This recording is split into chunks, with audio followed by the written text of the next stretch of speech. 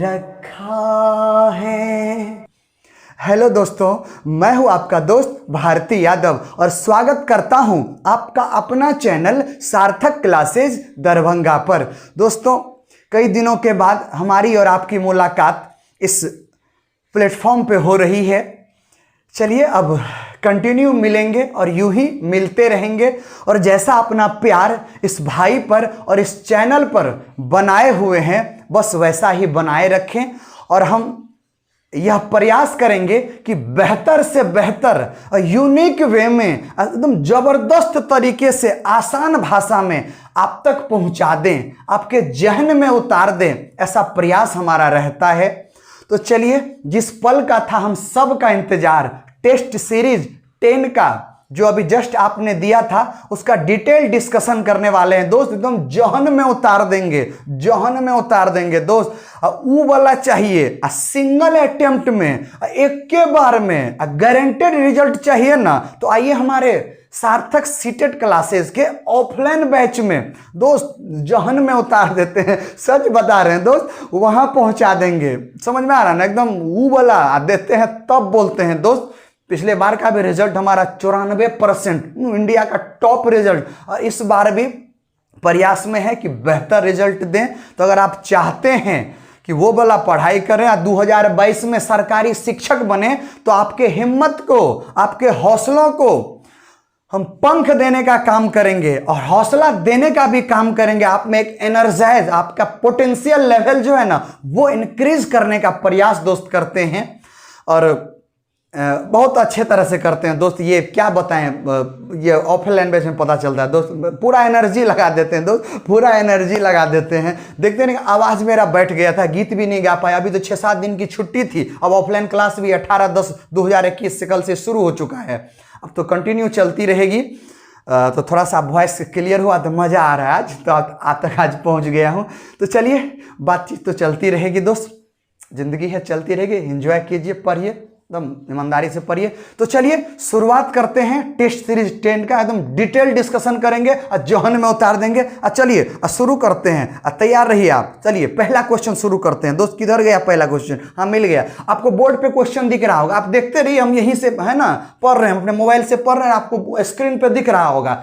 पढ़िए, आप पर कौन सा होगा ना आपको सब बताते हैं। सुनिए, हम क्वेश्चन पढ़ रहे हैं, सुनते चलिए। आप भागिए नहीं। आप पहली बार चैनल पे हैं तो सब्सक्राइबो कर दीजिएगा दोस्त, और लाइक को कर दीजिएगा। अच्छा लगे ना तो मित्रों को भी भेजिए ना दोस्त, सबको भेजिए। और जब तक संभव होगा तब तक फ्री क्लास देंगे इस चैनल पर, तब तक देंगे दोस्त। हाँ, चलिए शुरू करते हैं। देखिए पहला क्वेश्चन है कि निम्नलिखित कथनों में अवबोध स्तर पर शिक्षण की विशेषताओं तथा मूलभूत आवश्यकताओं से संबंधित तथ्यों को पहचानिए। सुनिए ना, क्या बोल रहा बताएं। सुनिए बताते। बोल रहा है कि निम्नलिखित कथनों में से कई गो 5 गो कथन दिया हुआ, उन कथनों की बात हो रही है, स्टेटमेंट की बात हो रही है कि अवबोध स्तर पर। अवबोध मतलब होता है ज्ञान, नॉलेज, समझ, ये होता अवबोध। मीनिंग मेकिंग, ये होता अवबोध। तो उसके स्तर पर शिक्षण की विशेषताओं कि कैसे बेहतर पढ़ाया जाएगा, कि बच्चे का अवबोधन हो, बच्चा अच्छे से सीख पाए,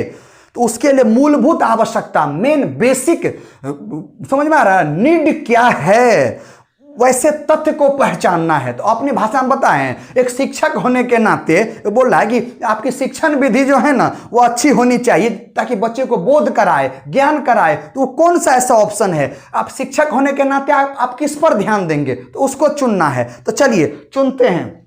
इधर देखिए, पहला है शिक्षण तथ्यों और सूचनाओं के सस्वर पठन पर बल देता है। ये क्या बोल रहा, समझ रहे हैं कि शिक्षण तथ्यों, समझ, शिक्षण तथ्य की बात हो रही है और सूचना के सस्वर मतलब याद करने की बात हो रही है। जो सूचना है, जो जानकारी है, जो शिक्षण तथ्य है, जो कंसेप्ट है, उसको स्मरण करने की बात हो रही है। सस्वर पठन, सस्वर पठन मतलब स्वर लगा करके बोलिए, एक साथ बोलिए, दोहराइए, यही सब कीजिए। ये तरीका है। बेस्ट क्वालिटी दीजिए, बेस्ट क्वालिटी दीजिए दोस्त, बेस्ट क्वालिटी दीजिए। ये वाला 1 वाला है ना, अच्छा नहीं लगा दोस्त, अच्छा नहीं लगा, इसको बाहर कीजिए। तो सुनिए कैसे बाहर करते हैं। देखिए इधर देखिए, थोड़ा हम साइड हो जा रहे हैं। तो पहला ऑप्शन में देखिए, तो पहला ऑप्शन में क्या है? 1। हाँ दोस्त, पहला ऑप्शन में 1 है और 1 नहीं लेना है। अतः जहां जिस ऑप्शन में वो पहला दिखे ना उसको भगाइए। तो पहला ऑप्शन में है ना, पहला मतलब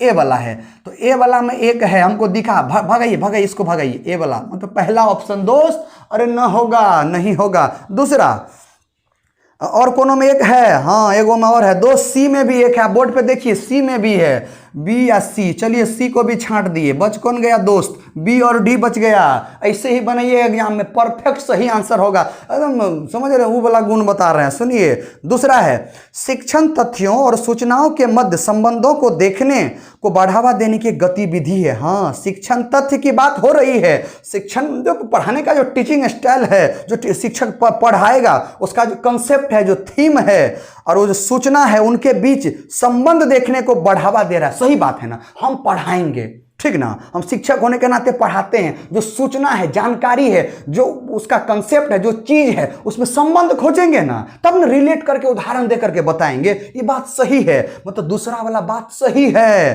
तो चलिए दूसरा वाला सही है, इधर ध्यान दीजिए। पहला, दूसरा, तीसरा, चौथा, पांचवा। पहला गलत हो गया, दूसरा सही लगा तो डॉट में डाल दिए और डॉट में डाल दिए। और तीसरा, शिक्षक अपेक्षा करता है कि विद्यार्थी अपने शब्दों में अभिप्राय का रूपांतरण और निर्वचन करने में सक्षम हो सके। एकदम परफेक्ट बात है। बोल रहा है कि शिक्षक अपेक्षा करता है, अपेक्षा मतलब उम्मीद करता है। किससे? विद्यार्थी से ना, मुकेशवे से ना, तो मुकेशवा से उम्मीद करता है। क्या उम्मीद करता है जानते हैं? कि विद्यार्थी अपने शब्दों में प्राय रूपांतरण करे। हाँ, एग्जाम देने जाते हैं तो लिखा होगा परीक्षार्थी यथासंभव अपने ही शब्दों में उत्तर दो। वो पागल है जो इंक खर्चा करता है। नहीं, इसका मतलब अपना शब्द में लिखिए कि आप क्या जानते हैं, अपने फीलिंग्स को शेयर कीजिए, अपने नॉलेज को उसमें शेयर कीजिए अपनी भाषा में। एकदम सही बात है दोस्त, लॉक लगाया जाए, एकदम लॉक लगा देते हैं। निर्वचन करने में सक्षम हो, सिलेक्शन करने में सक्षम हो। बच्चा निर्वचन करेगा, सिलेक्शन करेगा, एकदम सही बात है। तो चलिए तीसरा पे हमको कोई शंका नहीं है, तीसरा को ले ले तो ले ले मतलब डॉट में रख लेते हैं। चलिए डॉट में रख लिए। चौथा, शिक्षक प्रस्तुत तथ्यों के अगला क्या है? शिक्षक प्रस्तुत तथ्यों के पुनः स्मरण और अभिज्ञान पर बल देता है। देखो, पुनः स्मरण पर, याद करने पर, तो याद करने वाला होगा? अरे कहीं नहीं होगा। बाहर कीजिए दोस्त, बाहर कीजिए। चौथा नंबर नहीं होगा, बाहर कीजिए। दूसरा तीसरा संभव है। पांचवा बात करते हैं। पांचवा, शिक्षक मुख्य विचार को स्पष्ट करने के लिए बड़ी संख्या में उदाहरण देता है। हाँ, ये बात सही है कि मेन पॉइंट जो है ना, मुख्य विचार, मेन तथ्य, जो मेन चीज है ना, उसके लिए बोलता है कि जानते हैं, स्पष्ट करने के लिए बहुते उदाहरण दीजिए। अरे एगो से नहीं समझा, 2 गो 3 गो 4 गो 5 गो, जब तक मुकेशवा नहीं समझे ना तब तक समझाइए। ये तो बेस्ट टीचिंग स्टाइल हुआ दोस्त, बहुत मस्त वाला। मतलब पांचवा को रखेंगे तो चलिए पांचवा को भी डॉट में। इसका मतलब हुआ कि दूसरा, तीसरा और पांचवा कहाँ है? तो दोस्त ऑप्शन नंबर डी पे लॉक लगाया जाए। ऑप्शन नंबर डी इस क्वेश्चन का परफेक्ट आंसर होगा दोस्त, परफेक्ट आंसर होगा। चलिए बात करते हैं अब अगले क्वेश्चन की। आप बोर्ड पे देखते चलिए, हम पढ़ रहे हैं। संप्रेषण आमतौर से किसके साथ प्रारंभ होता है? दोस्त संप्रेषण मतलब होता है बातचीत, कम्युनिकेशन, भावों का आदान प्रदान। किसके साथ प्रारंभ होता है? पहला ए में है भ्रामक विचार। भ्रामक शंका वाला विचार नहीं, गलत है दोस्त, गलत है। ए वाला को बाहर कीजिए, गलत। दूसरा, अर्थ विषयक ध्वनि, मतलब समझ में आ रहा है? अर्थ विषयक, विषय ऐसा होना चाहिए कि अर्थ उसका हो, उसमें से ध्वनि निकले। दोस्त अर्थ वाला ठीक लग रहा है और ध्वनि वाला तो उतना अच्छा है, डॉट में रख लेते इसको, डॉट में। इनमें नहीं कोई मिलेगा ना तब इसको ले लेंगे ना, नहीं मामा से काना मामा अच्छा तब ले लेंगे। चलिए डॉट में रखते। तीसरा, आशंका। ये आशंका क्या है? आशंका है, ये सब चीज नहीं है दोस्त, हटाइए। आशंका नहीं होगा। चौथा, मन मस्तिष्क में चित्र। हाँ, ये दो ठीक लग रहा है। सुनिए कैसे संप्रेषण, आपको बातचीत कीजिएगा तो उसका इमेज, उसकी छवि आपके मस्तिष्क में बनता है और व्यवहार द्वारा अनुमोदित किया जाता है, तबे न होता है संप्रेषण। दो तबे होता है। तो कंपेयर कीजिए बी और डी में, तो जानते हैं ये डी वाला है ना बहुत बेस्ट आंसर है। अब बी वाला को हटा दीजिए। तो ऑप्शन क्वेश्चन नंबर 2 का सबसे अच्छा आंसर क्या होगा जानते हैं? ऑप्शन नंबर डी को लॉक किया जाए दोस्त, डी को लॉक किया जाए। चलिए बात करते हैं अगले क्वेश्चन की। क्वेश्चन नंबर 3 आप बोर्ड पे देखिए, ठीक ना, हम मोबाइल से पढ़े, थोड़ा लंबा क्वेश्चन है। बोल रहा है एक अनुसंधान प्रतिमान के अनुसार अनुसंधानकर्ताओं द्वारा निम्नलिखित क्रम को अपनाया जाता है। सिद्धांत, फिर परिकल्पना निर्माण, फिर आंकड़ा संग्रहण, फिर है आंकड़ा विश्लेषण और परिणाम निर्धारण, फिर उसके बाद परिकल्पना की स्वीकृति या अस्वीकृति, लास्ट में सिद्धांत में संशोधन। इस ढंग से शोध की अवधारणा निम्नलिखित में से किस पर आधारित है? बहुत लंबा क्वेश्चन है, सुनिए बताते। एक अनुसंधान है, कोई रिसर्च सेंटर है, कहीं पर कुछ है, तो वहां पर लोग क्या कर रहा है? इसको फॉलो कर रहा है। पहले सिद्धांत देता है, फिर परिकल्पना। परिकल्पना मतलब क्या होता है दोस्त? कंसेप्ट की बात होती है, कंसेप्ट, समझिए, संकल्पना इसी को बोलते हैं, इसी को प्रत्यय संप्रत्यय बोलते हैं। उसके बाद परिकल्पना का निर्माण किया था, फिर आंकड़ा का संग्रहण, इकट्ठा करता है, जानकारी इकट्ठा, जो डेटा चाहिए वो डेटा इकट्ठा करता है। उसके बाद विश्लेषण, आंकड़ा विश्लेषण और परिणाम निर्धारण, उस आंकड़ा का विश्लेषण करता है, क्या रिजल्ट आएगा वो भी करता है। फिर है परिकल्पना की स्वीकृति या अस्वीकृति, उसकी इतना करने के बाद जो रिजल्ट आया है वो सही है, अगर सही है तो आगे भेजिए, नहीं है तो इसको रिजेक्ट कीजिए, अस्वीकार कीजिए। तब अगर स्वीकार कर लिया गया तब लास्ट में सिद्धांत में संशोधन, अगर कमी रह गई है तो उसे ठीक किया जाएगा। तो सुनिए क्या होगा, इसका डायरेक्ट आंसर होगा, इसमें चारों ऑप्शन में नहीं चलाएंगे। देखिए सुनिए सुनिए, पहला क्या है? सिद्धांत। पहले थ्योरी की बात होती है, प्रिंसिपल की बात होती है दोस्त, पहले समय नियम की बात हो रही है, नियम, पहले नियम, तब लास्ट में देख रहे हैं ना आंकड़ा उकड़ा बाद में दिया है, तो उदाहरण बाद में। तो पहले नियम हो, नियम के बाद बाकी कहानी हो ना, तो पक्का यह निगमन विधि होता है दोस्त, निगमन विधि होता है जो नियम से उदाहरण की ओर होता है। पहले शिक्षक नियम बताता है और फिर उसके बाद उदाहरण बताता है। 1 to 5 में 1 to 5 होता है ना पेपर, उसमें निगमन विधि अलाउ नहीं है, उसमें आगमन विधि पढ़ाया जाता है, और 6 to 8 में निगमन विधि है, पढ़ा सकता है। अतः क्वेश्चन 3 का सबसे बेहतर का एक आंसर होगा, बाकी आंसर नहीं होगा। इसका सीधा आंसर होगा क्वेश्चन नंबर 3 का बी नंबर, दूसरा, निगमनात्मक उपागम, उपाय कीजिए। समझ में आ गया? चलिए अब बात करते हैं अगले क्वेश्चन की। देखिए अगला क्वेश्चन आपको बोर्ड पे दिख रहा होगा, क्वेश्चन नंबर 4 कि निम्नलिखित में से कौन सा पारंपरिक मूल्यांकन का एक विकल्प नहीं है? पारंपरिक, ट्रेडिशनल, जो पहले से मूल्यांकन चलते आ रहा है, वैल्यूएशन हो रहा है, उसमें से कौन एक विकल्प नहीं है? दिए गए ऑप्शन में से चुनना है। पहला है बहुविकल्पीय प्रश्न, मल्टीपल चॉइस की बात हो रही है। दूसरा है कार्य निष्पादन परीक्षण। कार्य निष्पादन मतलब है कि बच्चा कोई काम करता है, कार्य करना, कार्य को पूरा करना, कार्य निष्पादन कहलाता है। परीक्षण मतलब टेस्ट करना। पोर्टफोलियो, पोर्टफोलियो मतलब है लेखा जोखा, बच्चे का पूरा रिकॉर्ड रखना। और चौथा है प्रदर्शनियां, शो करना, वो ये सही चीज है। तो बोल रहा है कि कौन सा पारंपरिक मूल्यांकन का एक विकल्प नहीं है? दोस्त देखिए, कार्य निष्पादन, बी की बात करते हैं। कार्य निष्पादन परीक्षण, बच्चा कोई काम करता है, जो किया उसका परीक्षण लेंगे तबे ना मूल्यांकन होगा, तो बी सही है। लेकिन हमें सही वाला नहीं, हमें गलत वाला चुनना है, तो बी छोड़ देंगे। सी पोर्टफोलियो, दोस्त पोर्टफोलियो, लेखा जोखा, लेखा जोखा रखे रहेंगे तबे ना बताएंगे कि हमारा जो मुकसबा है उसका मूल्यांकन हुआ कि नहीं हुआ, पारंपरिक मूल्यांकन हुआ कि नहीं। तो पोर्टफोलियो सही है, लेकिन हमें सही वाला नहीं चाहिए, गलत वाला चाहिए, अतः इसे बाहर करें। डी प्रदर्शनियां क्या होता है जानते हैं दोस्त? सुनिए सुनिए, प्रदर्शन कि बच्चा मान के चलिए ऐसा बोल दे कि सुनो कुछ करो, प्रदर्शन करो, तो बच्चा क्या करता है कि वेस्टेज चीज, जो बेकार चीज घर में पड़ा है ना, उससे कोई चीज बना करके प्रदर्शन लगाता है, मेला टाइप का लगाता है, लोग वहां आते हैं, उसको देखते हैं, तो क्या हुआ? मूल्यांकन नहीं हुआ, मूल्यांकन हुआ, अतः डी भी नहीं होगा। तो बच कौन गया? ए, बहुविकल्पीय प्रश्न की बात हो रही है, मल्टीपल चॉइस की बात हो रही है, तो इससे ना बहुत ज्यादा पारंपरिक जो है ना मूल्यांकन बेहतर नहीं कर पाइएगा दोस्त। एमसीक्यूज क्वेश्चन है, कितना कर पाइएगा? उतना बेहतरीन नहीं कर पाइएगा। अतः क्वेश्चन नंबर 4 का जो आंसर होगा वो ऑप्शन नंबर ए होगा दोस्त, ए होगा। चलिए बात करते हैं अगले क्वेश्चन की। देखिए अगला क्वेश्चन जो है वो है मैथमेटिक्स है दोस्त। एक धनात्मक पूर्णांक का 20 गुना उसके वर्ग से 96 कम है। अब पूर्णांक क्या है निकालना, सुनिए।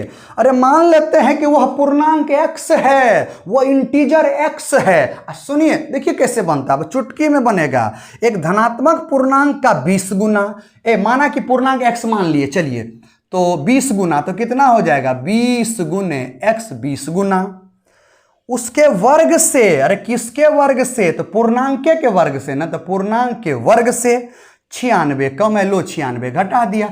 बस यह द्विघात समीकरण हो गया, क्वाड्रेटिक इक्वेशन हो गया। इसको सॉल्व कीजिए, फटाफट आंसर आ जाएगा। x का वैल्यू निकालिए, हो जाएगा। तो जरा बताएं, दिख रहा है? हाँ दिख रहा है दोस्त। चलिए ये कितना है, एक्स स्क्वायर। अब 20x को जब उस साइड लेके जाएंगे, राइट साइड लेके जाएंगे, तो -20x होगा। तो लिख दिए -20x। अब पहले से -96 बैठा हुआ है, इक्वल टू 0। इतना समझ में आया दोस्त? सबको एक तरफ ले आए हैं, इक्वल टू 0 कर दिए, क्योंकि जब नहीं बचेगा तो 0 वे होता है। अब यहां से x का वैल्यू निकालिए। तो जरा बताइए कि x का कोफिशिएंट गुणांक a कितना है, a बराबर 1 है, b बराबर एक्स स्क्वायर का कोफिशिएंट a होता है, x का कोफिशिएंट गुणांक कितना है, -20 है, और c कितना है दोस्त, -96 है। तो याद कीजिए फॉर्मूला, x बराबर -b plus minus root under b square -4ac by 2a। दोस्त ये फॉर्मूला होता है द्विघात समीकरण का। वैसे गुणनखंड फैक्टराइजेशन पे भी तोड़ सकते, कोई दिक्कत नहीं है, इस पे तुरंत तोड़ लेंगे। देखिए तो बताइए, माइनस के जगह माइनस, b का वैल्यू कितना है दोस्त, b का वैल्यू -20, तो -20 लगा दिए, प्लस माइनस रूट अंडर जनऊ चढ़ा दीजिए। तो b का वैल्यू बताइए, b का वैल्यू -20 का होल स्क्वायर हो जाएगा -4। a का वैल्यू बताइए दोस्त, a का वैल्यू 1 है, और c का वैल्यू कितना है, तो -96 है। बस हो गया। अब बट्टा क्या कर दीजिए, 2a कर दीजिए। तो 2a का वैल्यू कितना है दोस्त, a का वैल्यू 1 है। देखिए माइनस माइनस प्लस 20 हो जाएगा, प्लस माइनस रूट अंडर 20 -20 का स्क्वायर। अरे दोस्त माइनस का पावर सम संख्या हमेशा पॉजिटिव होता है, और माइनस का पावर विषम संख्या हमेशा नेगेटिव होता है। तो यहाँ सम संख्या है तो पॉजिटिव हो जाता है। 20 का 20 से गुना करेंगे तो पक्का 400 होगा। हेई वाला माइनस क्या हो जाएगा दोस्त, प्लस हो जाएगा। 96 चौका कितना होगा, तो 6 चौक कितना होगा, 24 हासिल 2, 9 चौक 36, और 36 और 2 कितना होगा दोस्त, 38 होगा। 384। अब बट्टा कितना होगा, 2 होगा। अब कुछ नहीं करना है दोस्त, 20 प्लस माइनस इसका वर्गमूल निकालिए। तो वर्गमूल कितना होगा, ये 400 और 384, 784 हो जाएगा दोस्त। 784 का वर्गमूल हम जरा सा निकाल लेते हैं, फिर बताते हैं। 784 का किधर गया, तो 784 का वर्गमूल आपका हो जाएगा 28 दोस्त। 28 वर्गमूल हो जाएगा, तो ये हो जाएगा 28 बट्टा 2 हो जाएगा। दिख रहा है, एकदम दिख रहा है। आइए वापस आइए। अब जरा सा ध्यान दीजिए। तो ये इसको क्या लिख सकते हैं, इसको आप लिख सकते हैं कि 20 जोड़ 28 बट्टा 2। एगो और लिख सकते हैं, 20 माइनस 28 बट्टा 2 लिख सकते हैं। तो बताइए 20 और 28 कितना होगा, 48, और 48 बट्टा 2 कितना होगा, तो 24 होगा। तो यहाँ पे लिख देते हैं 24। ये कितना होगा, 28 में से 20 घटाइए 8, -8 बट्टा 2 कितना होगा, -4 होगा। क्वेश्चन नंबर 5 का सही आंसर होगा ऑप्शन नंबर ए, 24 होगा। दो चलिए बात करते हैं अब नेक्स्ट क्वेश्चन की, कि स्वच्छ जल अधिकतम घनत्व प्राप्त करता है। ए दोस्त प्योर वाटर का डेंसिटी पूछ रहा है। डेंसिटी द्रव्यमान बट्टा आयतन होता है दोस्त। डेंसिटी जानते हैं कितना पे होता है, -4 डिग्री सेल्सियस पर। जब समझ रहे हो, जो स्वच्छ पानी है ना, वो जब -4 डिग्री सेल्सियस पर जाता है ना, तो उसका डेंसिटी जो होता है ना सबसे अधिक होता है, उसके बाद कम होता है। तो सीधा लॉक लगाइए, क्वेश्चन नंबर 6 का आंसर होगा option number A, -4 degree Celsius पर। और यह क्वेश्चन लगभग हम क्या बोले, सब कंपटीशन एग्जाम में, जो भी जनरल कंपटीशन एग्जाम है ना, लगभग सब में पूछ चुका है ये क्वेश्चन। इसको याद रखे रहिएगा, -4 डिग्री सेल्सियस पर पानी का घनत्व, स्वच्छ जल का घनत्व सबसे अधिकतम होता है दोस्त, सबसे अधिकतम होता है। चलिए अब बात करते हैं क्वेश्चन नंबर 7 की। तो देखिए बोर्ड पर क्वेश्चन नंबर 7 आपको दिख रहा होगा। बात करते हैं कि विद्यार्थियों का अकादमिक निष्पादन किससे निर्धारित होता है। अकादमिक निष्पादन। अकादमिक जानते हैं क्या होता है, जैसे स्कूल वगैरह होता है ना, एकेडमी बोलते हैं, वो एकेडमी, वही अकादमिक। निष्पादन मतलब कार्य करना, कि बच्चा स्कूल में क्या परफॉर्मेंस रहा है, किस तरह का वर्क किया है, वह किससे निर्धारित होता है। तो पहला है प्रज्ञा। दोस्त, प्रज्ञा मतलब जानते क्या होता है?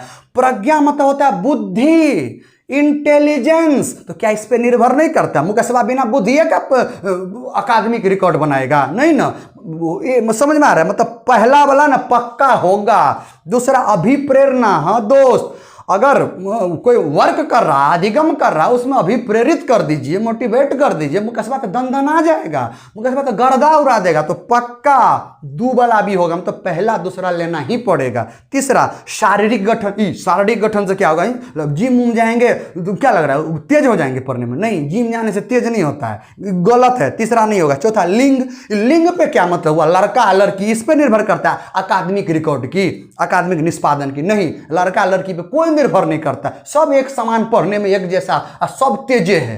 तो बताइए इसका आंसर क्या होगा? पहला और दूसरा किस ऑप्शन में? ऑप्शन नंबर ए में है, केवल 1 और 2, मतलब ऑप्शन नंबर ए सही है। चलिए बात करते हैं क्वेश्चन नंबर 8 की। तो दोस्त देखिए क्वेश्चन नंबर 8, अब देखिए आपको दिख रहा होगा, हम पढ़ रहे हैं। क्वेश्चन है कि निम्नलिखित कथनों पर विचार कीजिए विचार। क्या जानते हैं? पहला, मनुष्य भौतिक और सांस्कृतिक परिवेश से समायोजन कर सकता है। एकदम हाँ कर सकता है। अरे भौतिक परिवेश मतलब क्या? नदी, पहाड़, झरना और ना हवा जो सब दिखाई देता है, जिसको छू सकते हैं या अनुभव कर सकते हैं, वही भौतिक परिवेश है।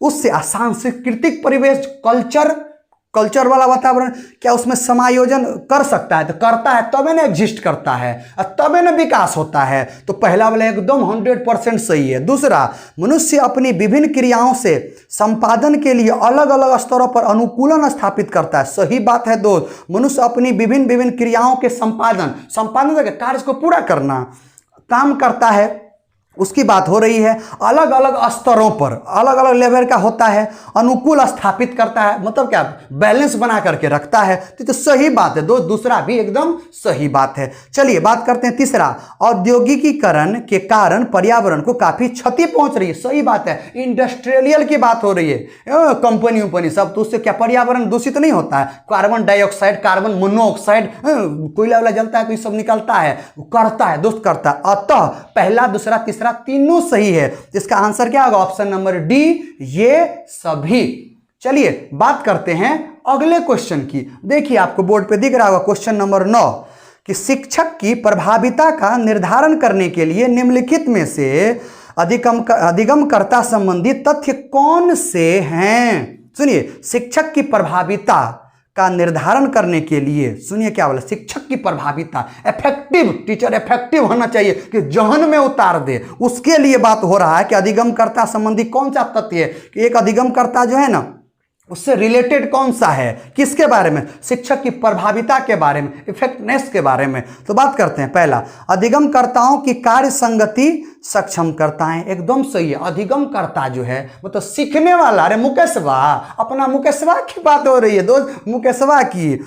तो अधिगमकर्ता की कार्य संगत सक्षमताएं, कि कितना सक्षम है कार्य करने में, जितना लोड लेगा उतना ही ना पढ़ाएंगे, ठूस नहीं ना देंगे, उल्टी कर देगा। तो क्षमता के अनुसार ही लोड दिया जाना चाहिए। एकदम परफेक्ट है दोस्त, सही है। दूसरा, शिक्षक की विषय वस्तु पारंगता है, मतलब निपुण होना चाहिए शिक्षक, ऐसा होना चाहिए नहीं, इसकी जरूरी नहीं है निपुण होना, नॉलेज होना चाहिए, अनुभव होना चाहिए, तब दोस्त हो जाएगा दोस्त, तब हो जाएगा। तीसरा है कि शिक्षण पद्धतियों का विकल्प, हाँ ये ठीक लग रहा है कि शिक्षण पद्धति वो सही होना चाहिए। चलिए 3 नंबर को डॉट में रख लिए। कक्षा की संरचना, ये स्ट्रक्चर कक्षा का अच्छा है तो अच्छा है, खराब है तो थोड़ा प्रॉब्लम करेगा। तो ये दोस्त एक काम करते, सुनिए बताते हैं। पहला वाला जो ऑप्शन है दो, देखिए पहला, दूसरा, तीसरा, चौथा, पांचवा, पहला वाला क्या है, सही बात है ना, तो पहला वाला को डॉट में रख देते हैं। दूसरा वाला गलत है, तो खोजिए किस किस ऑप्शन में दूसरा है दोस्त, किस किस ऑप्शन में दूसरा है, खोजिए, हटाते हैं उसको। तो बताइए ऑप्शन ए में दूसरा है, तो ऑप्शन ए को क्रॉस कर दिए, और दूसरा कहाँ है, ऑप्शन डी में दूसरा है, तो डीओ को हटा दिए। दूगो से निश्चिंत हो गए ना, अब दूगो में माथापीची करते हैं। तो दूगो कौन बच गया है, एगो बी बच गया है, एगो सी बच गया है। तो बी में क्या है दोस्त, 1 और 5 है, और सी में कौन है, 4 और 5 है। इसका मतलब देखिए क्या है, 5 दोनों में कॉमन है, तो 5 पर ज़्यादा ध्यान नहीं देना है, ध्यान किस पे देना है, 1 पे और 4 पे। तो 1 और 4, तो 1 तो पढ़ लिए, चौथा पढ़ते हैं, कक्षा की संरचना। और पांचवा विद्यार्थी की तत्परता, तो विद्यार्थी की तत्परता तो लेना ही पड़ेगा, विद्यार्थी तत्पर रहेगा तबे न सीखेगा दोस्त, तबे सीखेगा। तो इसका मतलब जानते हैं कि पांचवा वाला सुपर है, लेना ही पड़ेगा। 1 और 4 में सबसे बेस्ट 1 हो गया, अतः इस क्वेश्चन का सही आंसर क्या होगा, ऑप्शन नंबर बी होगा दोस्त, ऑप्शन नंबर बी होगा। चलिए अब बात करते हैं अगले क्वेश्चन की। क्वेश्चन है कि कक्षा के अंदर सफल संप्रेषण किस पर निर्भर करता है, कक्षा की बात हो रही है, सफल संप्रेषण, इस तरह से बातचीत कीजिए कि बच्चे को समझ में आए, जहन में आए। तो किस बात पर निर्भर करती है, तो पहला है विषय का विस्तृत और लंबा वर्णन। लंबा वर्णन कर दिया विद्यार्थी उब जाएगा, सही चीज नहीं है लंबा वर्णन करना, छोटा कर देना, गलत है दोस्त, पहला गलत है। तो खोजिए किस ऑप्शन में पहला गलत है, पहले वो खोजिए। तो हमें दिख गया ऑप्शन नंबर ए, आपको दिख रहा होगा ऑप्शन नंबर ए में पहला है, इसका मतलब ए हो ही नहीं सकता। चलिए बी बात करते हैं, थीम का वर्णन। हाँ भैया जो हेडिंग दिए उसका क्या थीम है, क्या उद्देश्य है, उसका वर्णन कीजिएगा, तब इंटरेस्ट जगेगा, और तब न मुकदमा मन लगा करके पढ़ेगा। इसका मतलब बी वाला जो दूसरा जो है ना सही बात है। कहाँ गया रे दूसरा, लेना है दूसरा वाला, सही बात है। तीसरा प्रभावी शब्दों और वाक्यांशों का उपयोग। प्रभावी शब्द है मतलब शब्द ऐसा बोलिए, इस तरह से बोलिए कि बच्चे के जहन में उतरे, इफेक्ट पड़े, बच्चा अट्रैक्ट हो, आपकी ओर देखे, बच्चा पढ़े। ये बात सही है दोस्त। वाक्यांशों का उपयोग, ऐसा वाक्य का उपयोग कीजिए कि बच्चा आपके तरफ अट्रैक्टिव हो, पढ़े। बेहतर टीचिंग क्वालिटी की बात हो रही है दोस्त, बेहतर टीचिंग क्वालिटी की। अतः ये वाला जो है ना, ये वाला तीसरा सही है दोस्त, तीसरा सही है। चौथा प्रस्तुत की गई व्याख्या में स्पष्टता। बोला मुकेशवा का जो टीचरवा है ना, जो व्याख्या प्रस्तुत करा, जो लेक्चर दे रहा है ना, स्पष्टता होनी चाहिए, ताकि मुकेशवा को कोई कंफ्यूजन नाम का चीज नहीं हो। ये तो एकदम सही बात है दोस्त, एकदम सही बात है। चलिए इसको रखा जाए। अब बात करते हैं पांचवा, पुनरावृत्ति आख्यान एनकोड्स। पुनरावृत्ति रिपीटेशन, बार बार पढ़ो, रटो, बार बार पढ़ो। नहीं समझ पाया ना तो तब न रटने, बार बार। ये सब उतना अच्छा नहीं है दोस्त, उतना अच्छा नहीं है, हटाइए। पांचवा नहीं होगा, एगो छठो है, संदेश की असंरचित प्रदायगी। असंरचित मतलब जानते हैं, जैसे संरचित होता है ना, संरचित मतलब स्ट्रक्चर होता है, असंरचित मतलब स्ट्रक्चर अच्छा नहीं होगा, प्रदायगी मतलब देना इस तरह से। तो संदेश की असंरचित प्रदायगी, प्रदायगी, हाँ मतलब कि आप जो मैसेज दे रहे हैं वो ढंग से नहीं दे रहे हैं, अच्छे तरीके से नहीं दे रहे, उल्टा पुल्टा दे रहे हैं, जहां तहां से दे रहे हैं, तो स्ट्रक्चर अच्छा नहीं बन रहा है, ढंग से नहीं हो रहा है, ये थोड़ी ना अच्छा है दोस्त, ये अच्छा नहीं है ना। इसको बाहर कीजिए दोस्त, इसको बाहर कीजिए। छठा भी बाहर, तो बच कौन गया, दूसरा, तीसरा, चौथा। अरे कौन में है दूसरा, तीसरा, चौथा, तो ऑप्शन नंबर बी दोस्त, ऑप्शन नंबर बी है। तो क्वेश्चन नंबर 10 का ऑप्शन नंबर बी सही आंसर है दोस्त, सही आंसर है। तो ये था आज का डिस्कशन। देखिए मजा आ गया ना, दोस्त मजा आ गया ना, बोले थे ना सब सिखा देंगे और सब जहन में उतार देंगे, और सिंगल अटेम्प्ट में गारंटेड रिजल्ट वाला चाहिए ना, तो आइए हमारे ऑफलाइन क्लास चल रहा है सुबह में 7:30 से लेकर के 10 बजे तक, और शाम में 3 बजे से लेकर के 5:30 बजे तक जबरदस्त और जहन में उतारने वाली पढ़ाई। अगर आपको चाहिए वो पढ़ाई तो अवश्य ज्वाइन करें सार्थक सीटेड क्लासेस दरभंगा दोस्त। तो अगर सेशन आज का अच्छा लगा हो दोस्त, अगर मजा आ गया हो तो पक्का, अगर चैनल पर पहली बार हैं तो सब्सक्राइब जरूर कर दीजिएगा, अच्छा लगे तो लाइक भी कर दीजिएगा, और अपने मित्रों को भी भेजिए दोस्त। और जब तक संभव होगा यूं ही फ्री क्लास देते रहेंगे, बस अपना प्यार जैसे बनाए हैं उसी तरह से प्यार इस चैनल पर बनाए रहें, और आपसे मुलाकात हमेशा होती रहेगी दोस्त। हमें भी अच्छा लगता है आपसे मुलाकात इस चैनल पर जब होती है दोस्त। तो चलिए दोस्त, फिर मिलते हैं कल शाम के 7 बजे इसी चैनल पर अगला क्लास लेकर के। तब तक दोस्त सेफ रहें, सुरक्षित रहें, स्वस्थ रहें, मस्त रहें, आप व्यस्त रहें, जबरदस्त रहें दोस्त। जय हिंद, जय भारत।